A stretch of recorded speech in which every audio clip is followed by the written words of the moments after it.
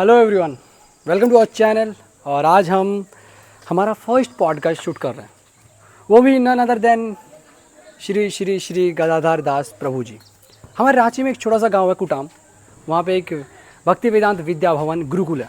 वहाँ के प्रमुख है गदाधर दास प्रभु जी, जो कि बहुत फेमस, उनके बहुत सारे रील्स भी वायरल हुए हैं। तो उनसे हम आज बात करेंगे बहुत सारे टॉपिक्स के ऊपर, आपके क्वेश्चंस, मेरे क्वेश्चंस, साथ में हम उनके आंसर्स लेंगे प्रभु जी से। तो उससे पहले ये जो एटमॉस्फेयर है ना, ये अमेजिंग है। तो पहले इसको थोड़ा सा घूम लेते, एक छोटा सा टूर देता हूँ मैं आप लोगों को, फिर उनसे बात करते हैं। चलिए।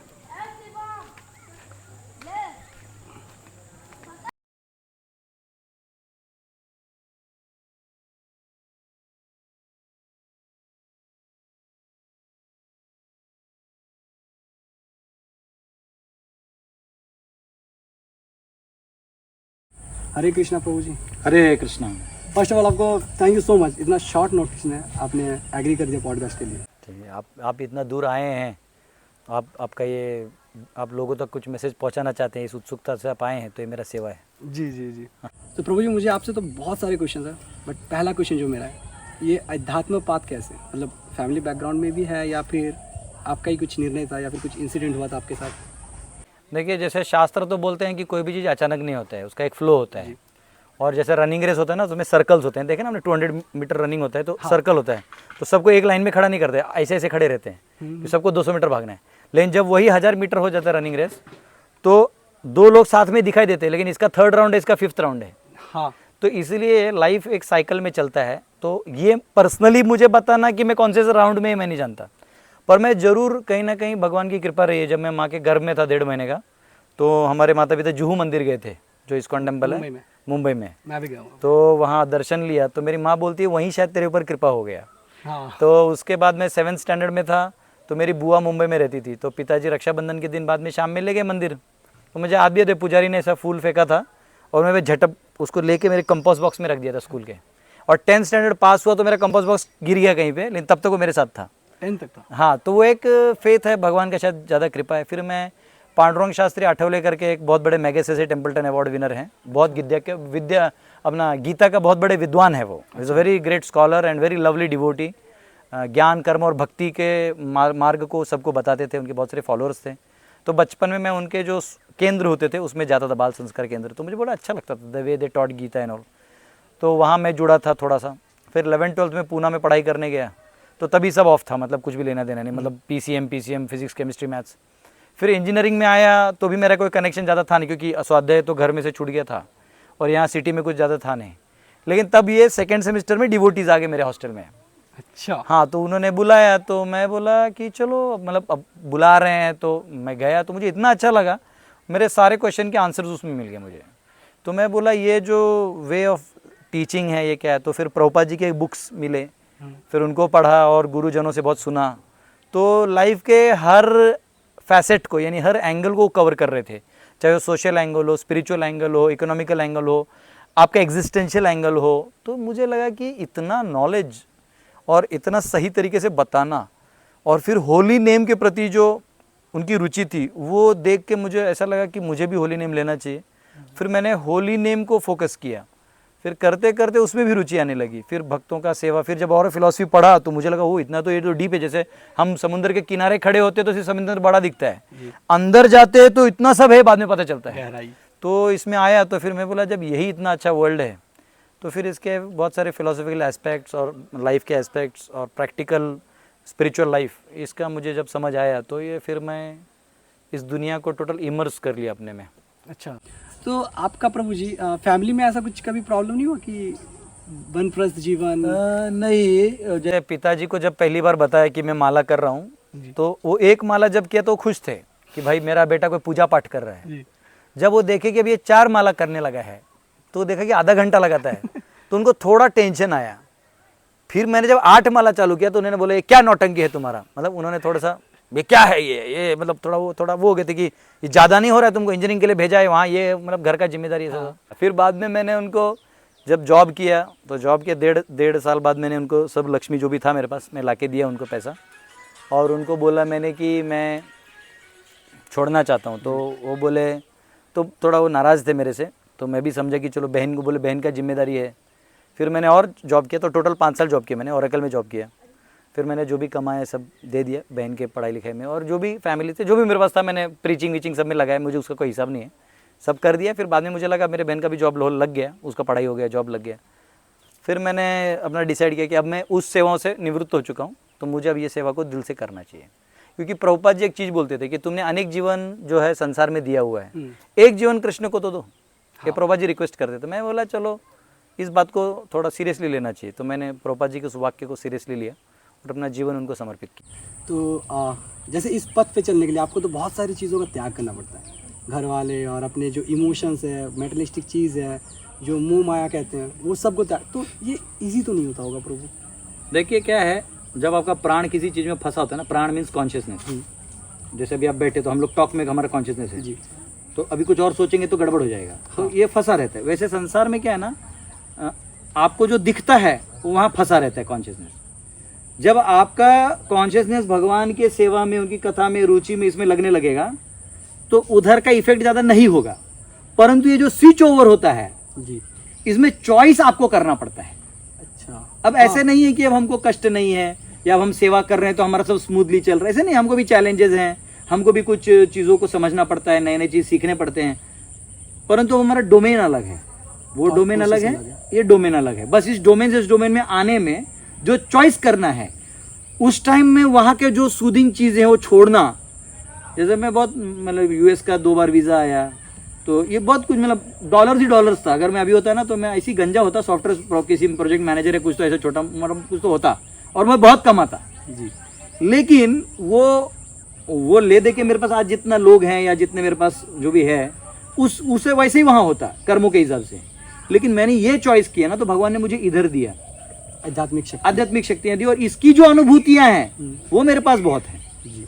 अब आप बोलोगे वहाँ का, तो वहाँ का सिर्फ नॉलेज था, वो उस टाइम तक था, अब वो रिवाइज में करना भी नहीं चाहता। और यहाँ का जो फील्ड है ये टोटली अलग है, और ये एकदम डिवाइन है, full of Joy, full of bliss.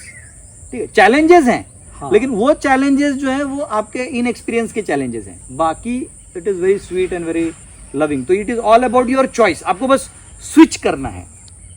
वो स्विच जो है ना, वो बस वो टॉपल करने वाला जो काम है वो जो कर दिया, then it become easy। हाँ, गीता में कहा गया है, महात्मानस्तु माम पार्थ दैवीम प्रकृतिम आश्रितः। जो महात्मा होते हैं उनकी पहचान कैसे होती है, वो दैवी प्रकृति का आश्रय लेते हैं। देवी यानी सीता माता, दुर्गा माता, राधा रानी, इनका आश्रय में लेके वो भगवान की सेवा करते हैं, वो महात्मा कहलाते हैं। ठीक है, तो वो महात्मा होते हैं। तो जब आप वो शेल्टर ले लोगे ना, तो उसकी उनकी कृपा आपको समझ में आएगी। ये तब आएगी जब आप उसमें जाओगे। अभी मेरे बोलने से आपको डायरेक्ट समझ में नहीं आएगा, वो फील्ड में उतरोगे तो टाइम टू टाइम जो शेल्टर वाला फीलिंग है ना, वो आपको पता चलेगा ये नहीं हो सकता था, ये ऐसे हो गया, डॉट्स कनेक्ट होते हैं। हाँ, अब मैं आपको सिंपल बोलता हूँ, आपने इससे पहले कांटेक्ट किया था पॉडकास्ट के लिए, मुझे बताया था, तो मैं बोला अच्छा ठीक है मैं बात करूंगा। तो फिर मैं भूल गया, मेरे बैक ऑफ माइंड में था। मैं बोला अरे अब कहाँ मिलेंगे, किसको बोला था उन्होंने, वो भी याद नहीं कि आपने किसको बोला था। मैं बोला वो डिवोटी याद नहीं, न ये व्यक्ति याद है। बोला चलो भगवान की इच्छा, और देखो आप आ गए जी। तो क्या होता है कि अब ये मैंने नहीं किया ना, आपने आउटराइट किया, भगवान ने इसको कोऑर्डिनेट कर दिया सही टाइम पे। हाँ, तो ये जो रियलाइजेशंस हैं, इसके हायर बहुत सारे रियलाइजेशंस हैं, तो ये आपको आने लगेगा इस फील्ड में डूबने से जी। तो वो बस चॉइस था, और टफ तो होता है इधर से उधर जाने में, पर एक बार कर दिया ना तो आपको बाद में रिपेंट नहीं होता। तो प्रभु जी, इस फील्ड में डूबने से पहले स्टार्टिंग एक पॉइंट रहता है, जैसे मैं हूँ, मेरे बहुत सारे दोस्त हैं जो कि स्पिरिचुअलिटी में बिलीव रखते हैं। हम भगवत गीता भी पढ़ते हैं और थोड़ी सी बहुत चीज़ें जानते हैं। अगर हमें किसी को चूज़ करना है कि अब हम इस पाथ पे चलेंगे, तो क्या क्या प्रोसेस होता है और कैसे होता है? अगर मुझे ज्वाइन करना है, सपोज़ मुझे किसी इस्कॉन पे ज्वाइन करना है या फिर मुझे गुरुकुल में दीक्षा लेना है, उसका प्रोसेस क्या होता है? देखिए, पहले होता है शिक्षा, फिर आता है दीक्षा। दीक्षा बात की चीज़ है, वो समर्पण है कि आपको लगता है कि अब मैं इसमें उतरूंगा, वो बात की चीज़, पर पहले शिक्षा लेंगे आप।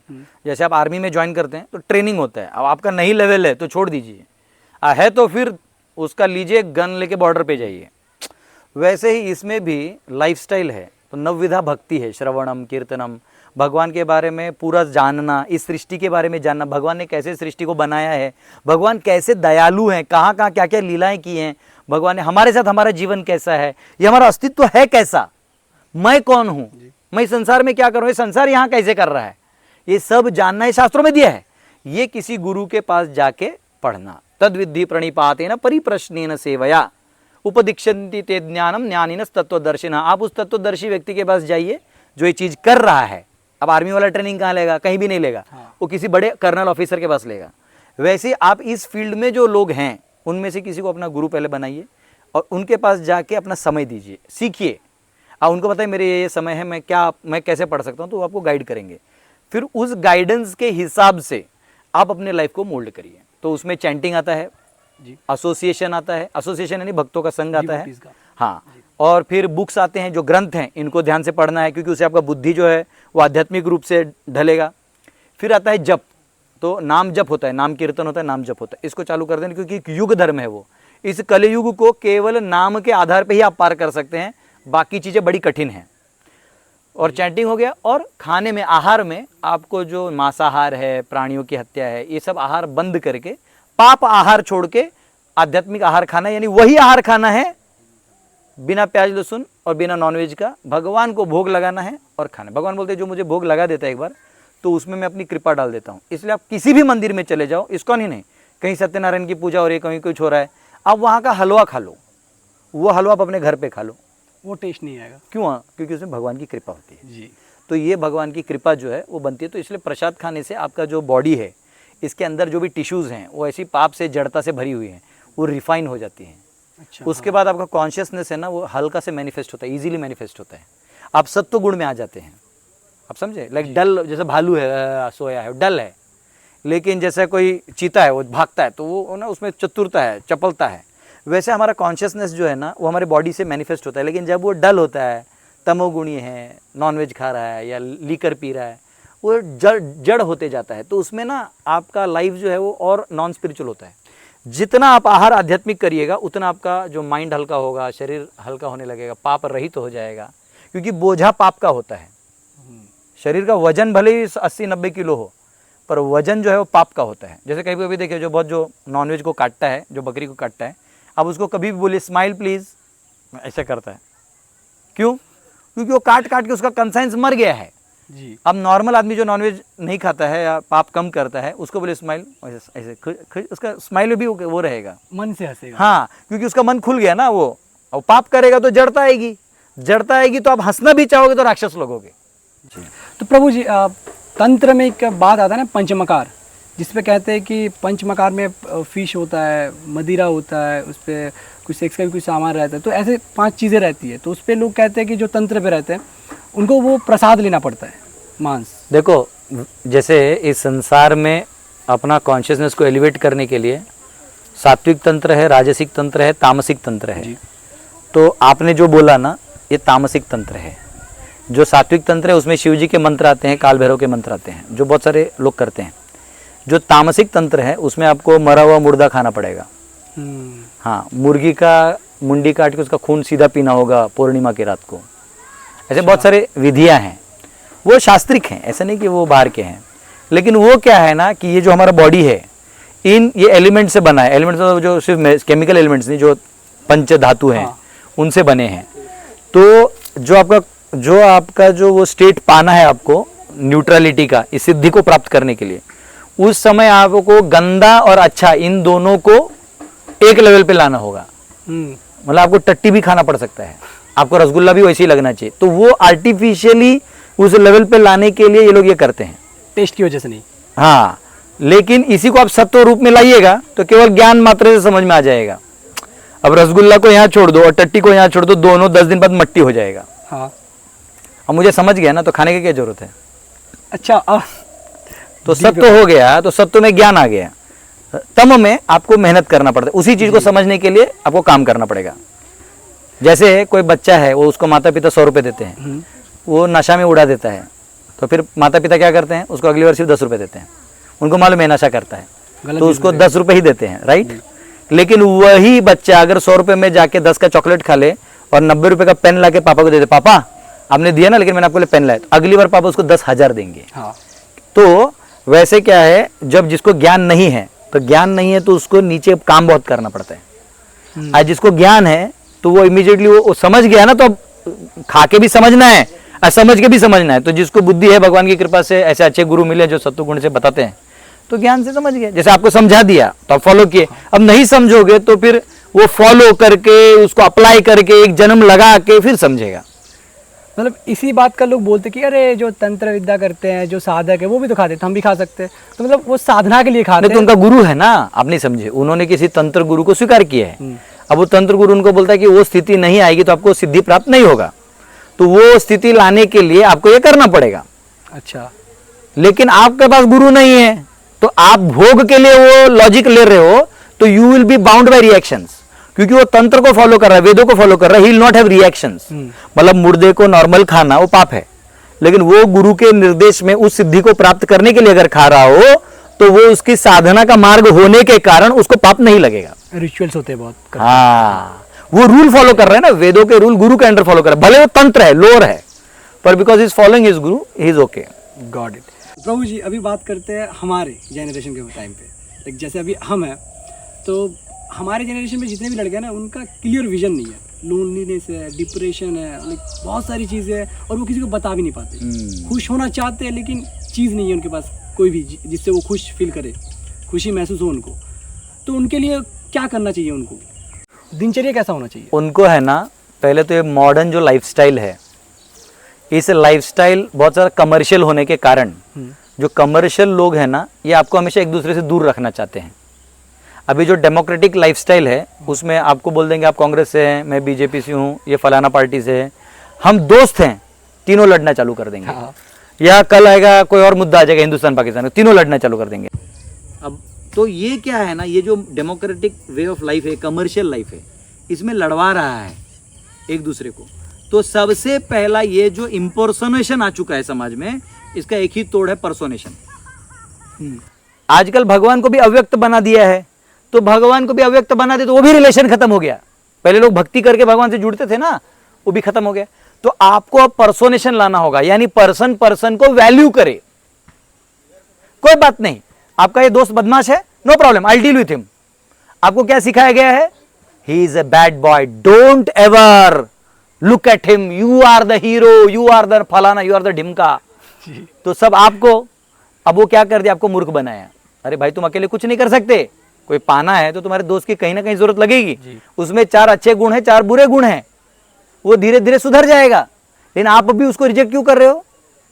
अभी गर्लफ्रेंड बॉयफ्रेंड में क्या होता है, गर्लफ्रेंड बॉयफ्रेंड रिलेशन बनता है, वो उसका स्वभाव है लड़की का, वो मधुर ही बोलेगी, वो मधुर अंदर से नहीं होगी पर बोलेगी जरूर। आदमी अंदर से मधुर होता है, बोलता नहीं है। तो अब वो लड़की आपके बिना तो मुझे याद नहीं आती बाबू सोना, ये वो बेचारा एडिक्ट हो जाता है, हैंग हो जाता है। जब हैंग हो जाता है तो उसको ये लगता है कि ये सिर्फ मेरी है, लेकिन उसको आदत होता है ऐसे सबसे बोलने का। और जब उसको पता चलता है बोलती मुझे और खाना उसके साथ खा रही है, तो उसका दिल टूट जाता है। तो बाद में मैं जिंदगी में कभी तुम्हारा मुंह नहीं देखूंगा, मैं तुम्हारी जिंदगी से दूर चले जाऊंगा। ये सब बकवास है। आपको उसको इतना ही बोलना है, आपका इल्यूजन अपना तोड़ो। आप ये क्लियर हो जाओ कि अरे ये अकेले से नहीं बोलती है, सबसे बोलती है।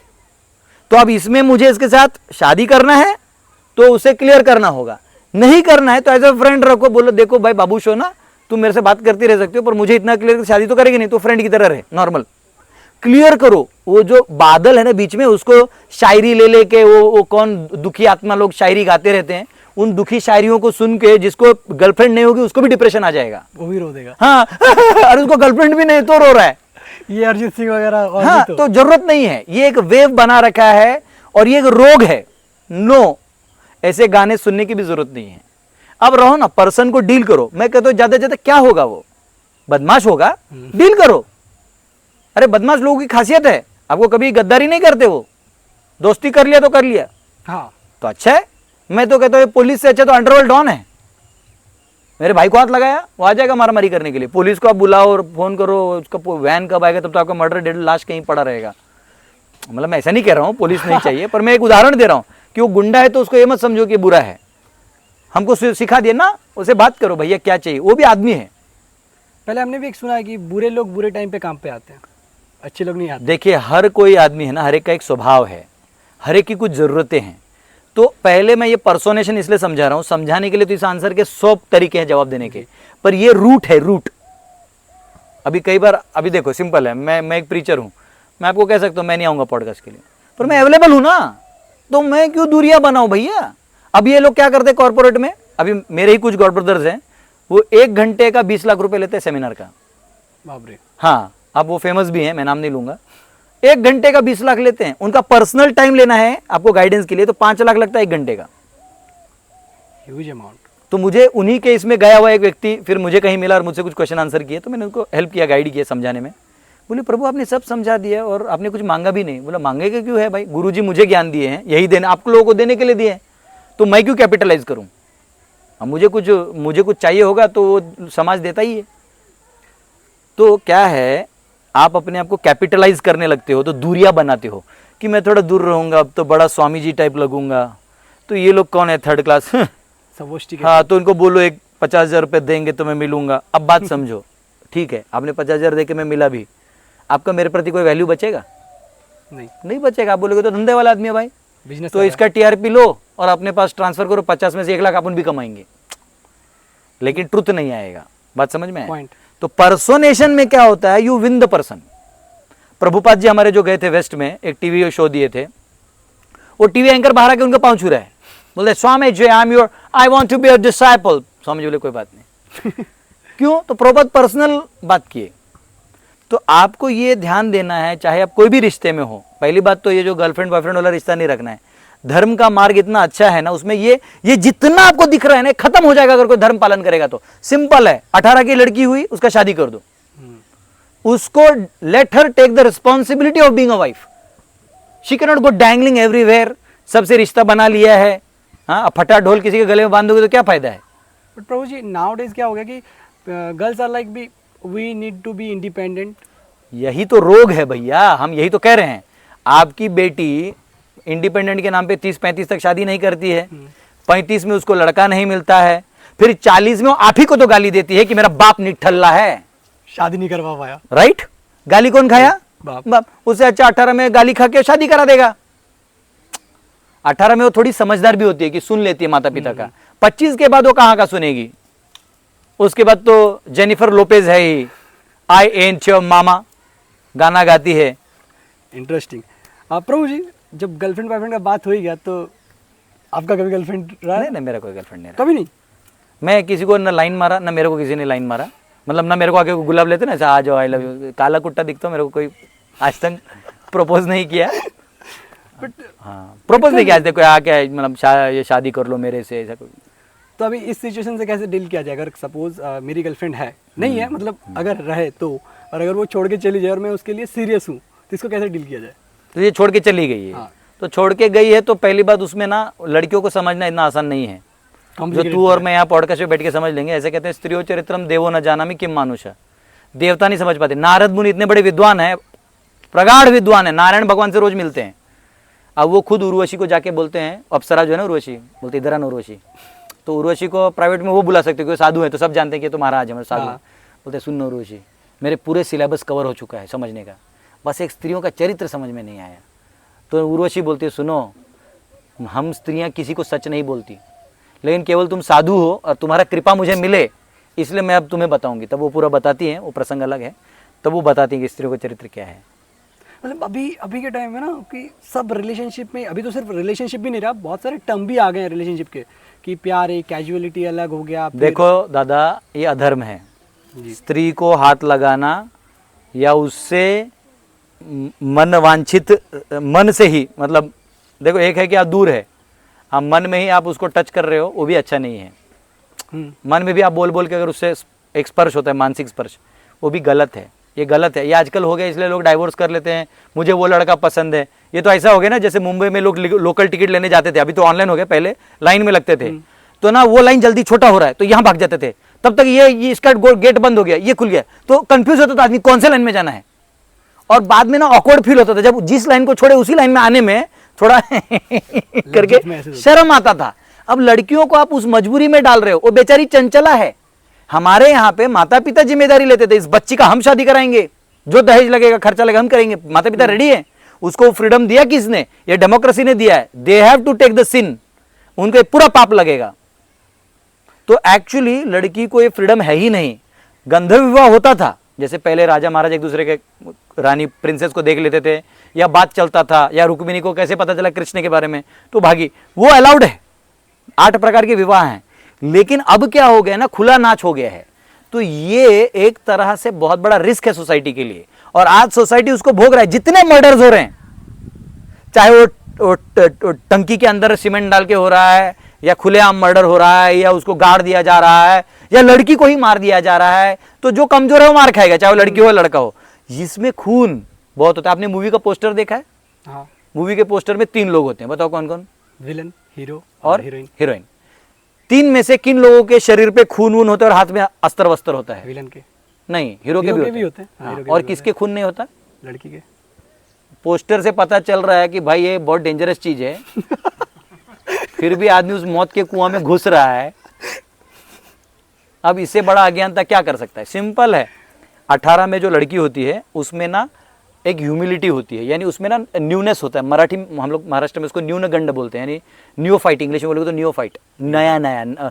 जैसे कोला कोला पत्ता आता है ना, तो कैसे वो उसमें एक अलग स्वीटनेस होता है।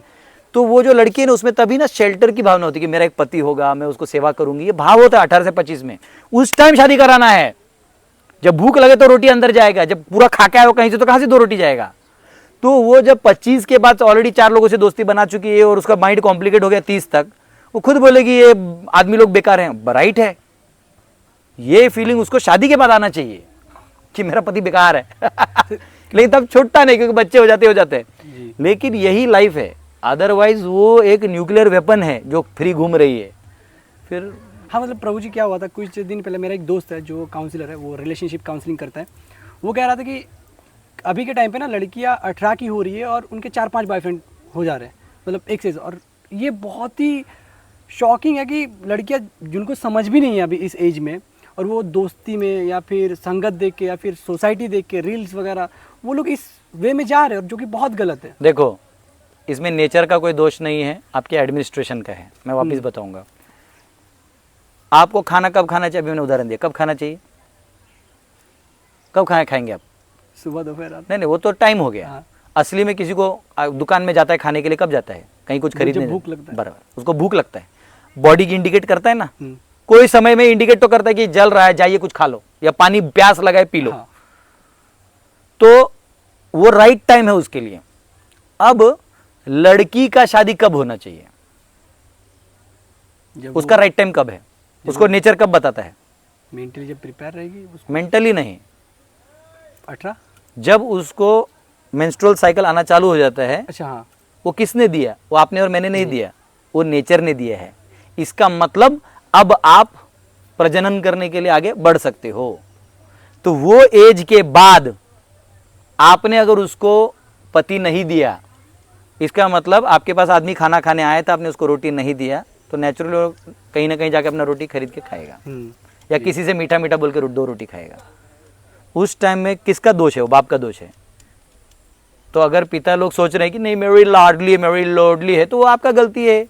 उसमें उसको जो पाप करेगी उसको नहीं लगता है। लड़की का पाप बाप को लगता है, पत्नी का पाप पति को लगता है।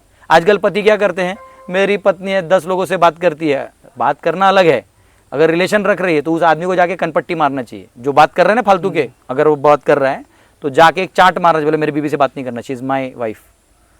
वाइफ को नहीं मारना, वाइफ समझ जाएगी भाई मेरा पति जो है दूसरों को ही पीट के आता है, छोड़ दो, डेंजर है। हाँ, ये जरूरी है। अगर इस देश की रक्षा, आप यहाँ बैठे हो, अकल मोदी जी बोलेंगे हम यहाँ रक्षा नहीं करेंगे, तो then why do you sit on that post? It is your duty. तुम लो हमारा टैक्स और हमको रक्षा देना तुम्हारा काम है। नहीं हो तो किसी और को दे दो, नहीं तो मुझे बुलाओ, मैं खाली बैठा हूँ। जैसे ये अभी हुआ, उस पे भी पूछो, छोड़ो, पहले इस टॉपिक पे आओ, फिर पाकिस्तान चले जाओगे तुम। पहले इधर आओ, वो जंपिंग में मत जाओ। तो बात समझो कि हर चीज का एक एज होता है। अगर पुरुष को शादी करना है, उसका एज कब है? उसका भी एज है। जब उसका बॉडी पूरा फिट हो जाए, उसको लगे कि अब मैं विवाह करने योग्य हूँ, that is the right age when उसको शादी कर लेना चाहिए। जब वो बाप बनने लायक है, तब उसको फिर विवाह करवा देना चाहिए। आपको देखो, कोई भी लड़का है 16 से 18 साल में क्या करता है? वो सपने देखता है कि मेरी ना वाइफ होगी, फिर मैं ऐसा करूंगा, मैं पापा की तरह नहीं, मैं ऐसा करूंगा, ऐसा करूंगा। वो अहम भाव है। क्या है? उसको बोलते हैं पुरुषार्थ। उसका जागता है उस टाइम में। दे दो, जैसा बैल बोल रहा है ना कि मैं बहुत शक्तिशाली हूं, तभी उस पर लाद दो कुछ वजन, तो वो लेके भी जाएगा खुशी खुशी। अब जब वो बुढ़ा हो गया, बैल उसको बोलो ला दो, ना, तो कहां से जाएगा वो? जी। मानसिक रूप से लड़का 20 तक और लड़की 16-17 तक रेडी हो जाते हैं इस काम के लिए। तो इसलिए पहले इस टाइम में विवाह हो जाता था। और देखो कितने अच्छे से चलता था, क्योंकि 16 में वो दूसरे 4 लोगों के बारे में सोची नहीं है, वो इसी के बारे में सोची है। और तभी पति जो है वो ग्रोइंग फेज में होता है, मतलब उसके पास पैसा नहीं होता है, वो ग्रो करता है, तो पत्नी उसके संघर्ष वाले समय में साथ में रहती है। तो वो पति कितना भी वो बाद में नखरे करे उसको नहीं छोड़ेगा, क्योंकि जब मैं कठिनाई में था तो ये माता जी मेरे साथ थी, तो ये मेरी अर्धांगिनी नहीं, मेरा आधा शरीर है। अब बात समझो।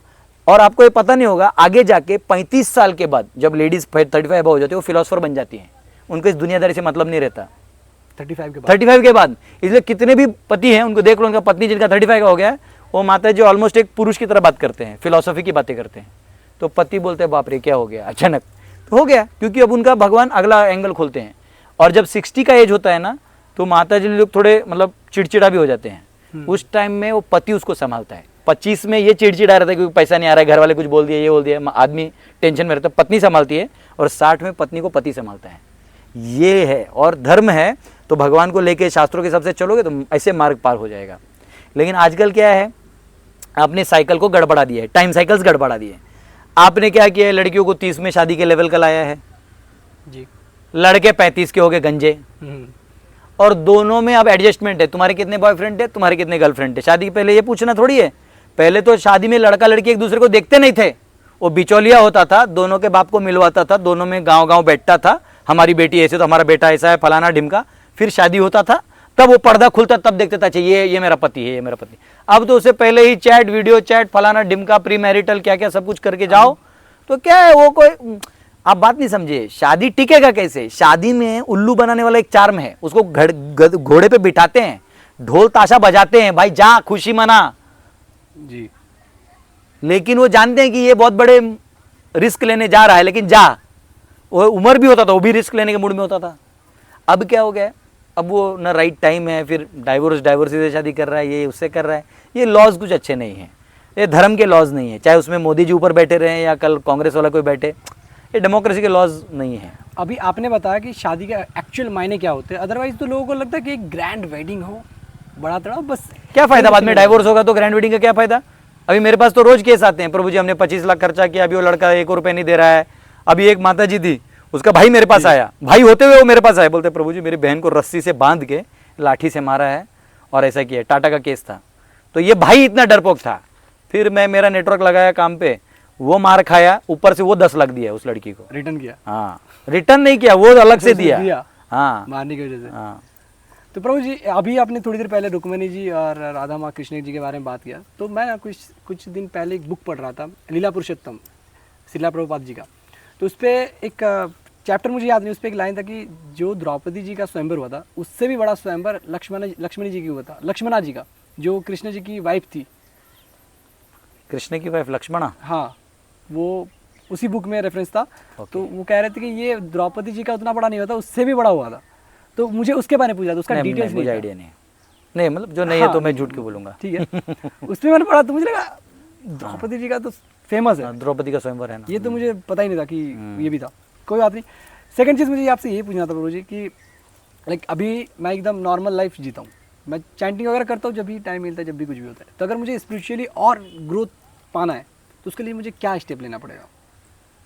देखिए, आदो गुरु पादाश्रय 64 अंग होते हैं भक्ति के। उसमें सबसे पहला होता है कि आप किसी गुरु, मतलब ऐसे नहीं कि बहुत ज़्यादा किसी जंगल में जाना है। गुरु का मतलब है किसी के निर्देशन में आप इस भक्ति मार्ग को समझिए। इसके बहुत अंग हैं।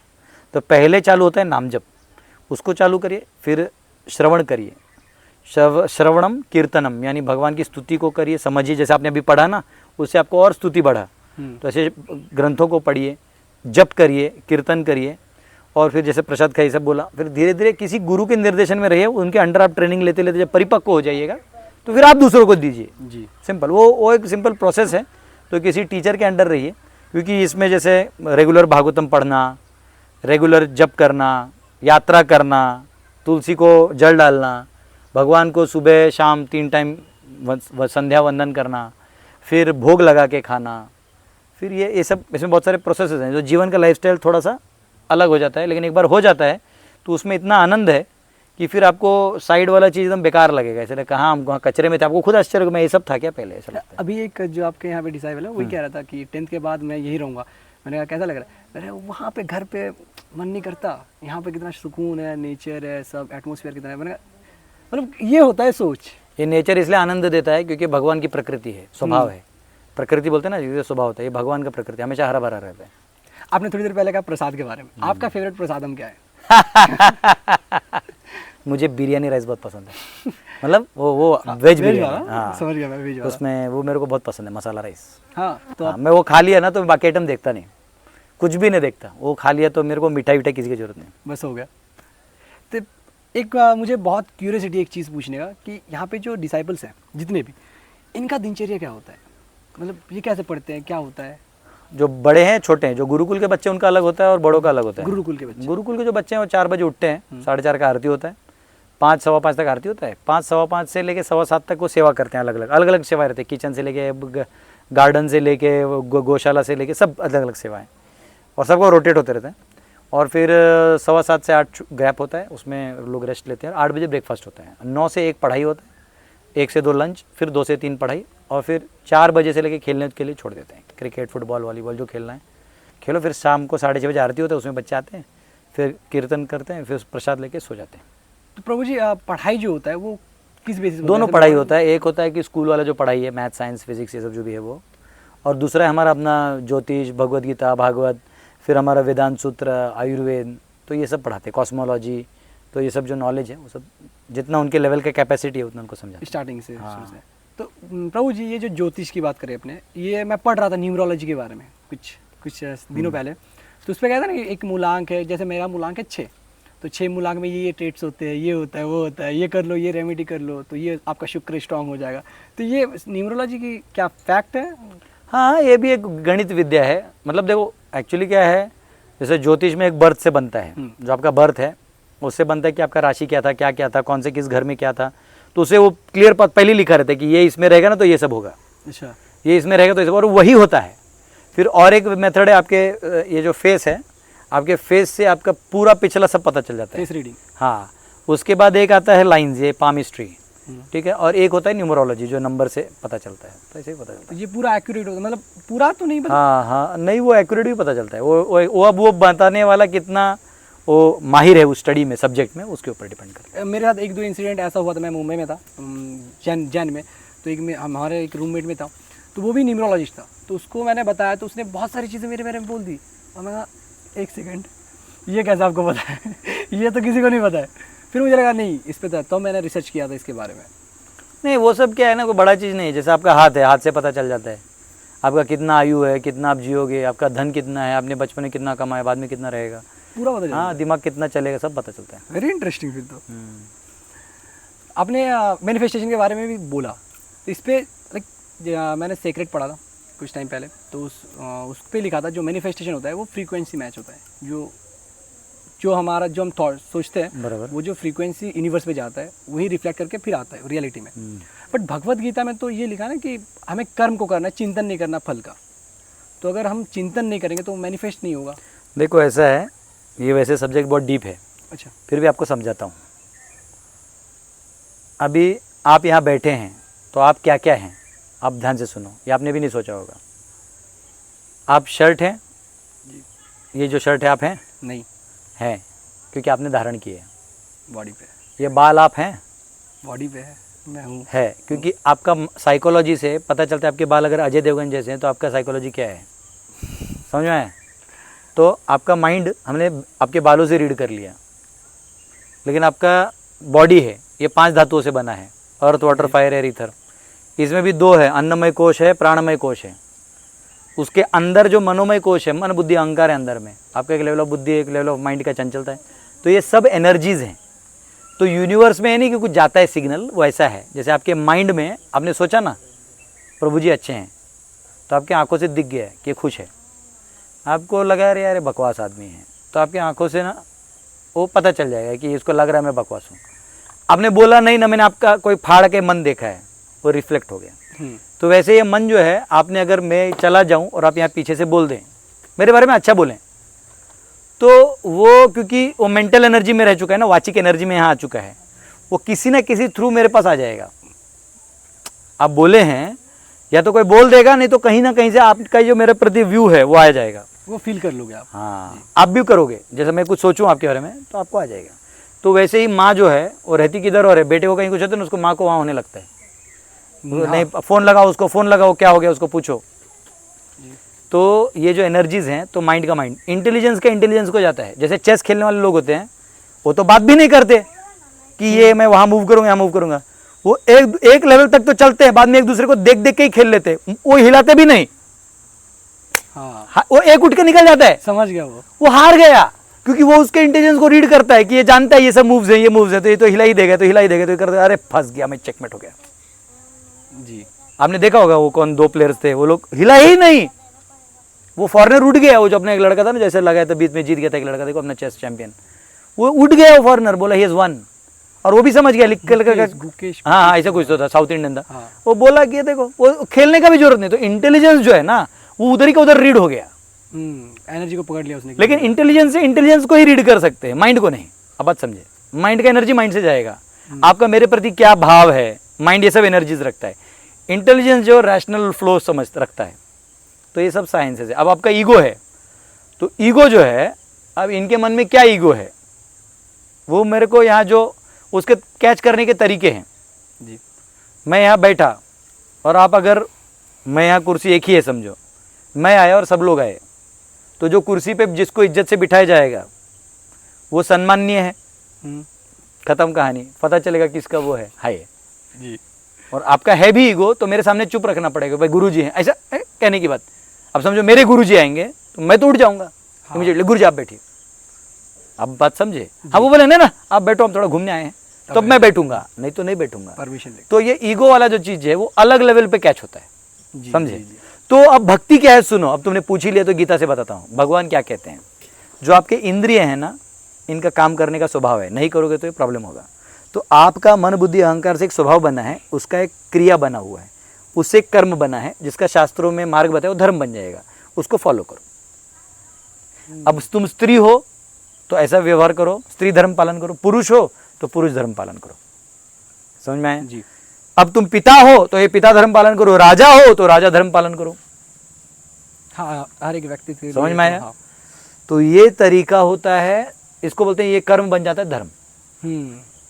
अस्तित्व में आती है आसक्ति, आसक्ति से बनता है कर्म, कर्म से कर्तव्य, कर्तव्य से बनता है कर्म, कर्म से बनता है धर्म, धर्म से बनता है अध्यात्म। अब ये सब में काम एक ही होता है।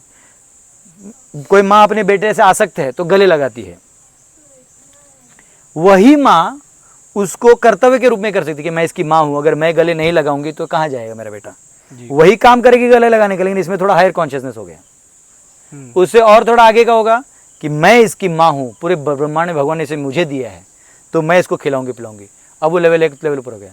शास्त्रों में कहा गया माँ ने ऐसा ऐसा करना चाहिए, अब शास्त्रों के हिसाब से करेंगे तो धर्म हो जाएगा जी। अब वही काम हो रहा है, गले लगाने का और खिलाने का काम, और उसी में अरे ये तो भगवान का अंश है, अगर मैं इसको अच्छे से ध्यान दूंगी तो मैं भगवान मेरे से प्रसन्न होंगे, वो हो गया अध्यात्म। अब वो हाईएस्ट लेवल हो गया भक्ति। अब बात समझे। अब सभी कामों में उसने एग्जैक्टली किया क्या, गले लगाए और खाना खिलाया, लेकिन बाहर से काम एक्शन एक था पर रिजल्ट पीछे से अलग है। ये लेवल्स पे डिसाइड किया भाव अलग अलग है। हाँ जी। तो इसलिए भगवान जब बोलते कर्म करो तो भक्त भी कर्म करता है, अभक्त भी करता है, पर फर्क समझने के लिए ये लैडर समझना जरूरी है। आपसे बात करके प्रभु जी मुझे लग रहा है कि पूरा एक 4-5 घंटे का पॉडकास्ट बनाना पड़ेगा, ये एक पे तो कवर नहीं होगा। तो मेरा एक लास्ट क्वेश्चन है फिलहाल के लिए, अगर आप दुनिया को एक एडवाइस देना चाहते हो एक, तो वो क्या होगा? मैं उनको ये एडवाइस करूँगा कि आप अपने जीवन को शास्त्रों के आधार पे अपना जीवन जी लीजिए। भगवत गीता भगवान आए थे, अर्जुन को करुणा रूप से बोले, सिर्फ हिंदू हैं इसलिए हम भगवत गीता का नारा नहीं लगाना है, उससे इलेक्शन नहीं जीतना है। सिर्फ आपको भगवत गीता में जो भगवान ने मार्ग बताया है उस मार्ग को अपने जीवन में अवलंबन करिए, आपको ये जीवन भी हल्का हो जाएगा और परलोक की गति भी प्राप्त हो जाएगी। मैं कह रहा हूँ अगर परलोक आपको नहीं भी प्राप्त करना है तो भी ये जीवन तो हल्का हो जाएगा। तो कृष्ण को अपने जीवन का केंद्र बिंदु बनाओ और उनकी शिक्षाओं को पूरी तरह से आप अप्लाई करो जी। ये मैं रिक्वेस्ट करूँगा सबको जी। हरे कृष्णा प्रभु जी, आपसे हरे कृष्णा। बातें करके ना बहुत अच्छा लगा, मन भी हल्का हो गया। बहुत सारे क्वेश्चंस थे मेरे दिमाग में, आपने बहुत डीपली समझा, इस पर मुझे और स्टडी करना है। फिर मैं आपसे मिलता हूँ, फिर करेंगे हम एक पॉडकास्ट जो कि लंबा होगा थोड़ा, ठीक है? चलिए, हरे कृष्णा प्रभु जी।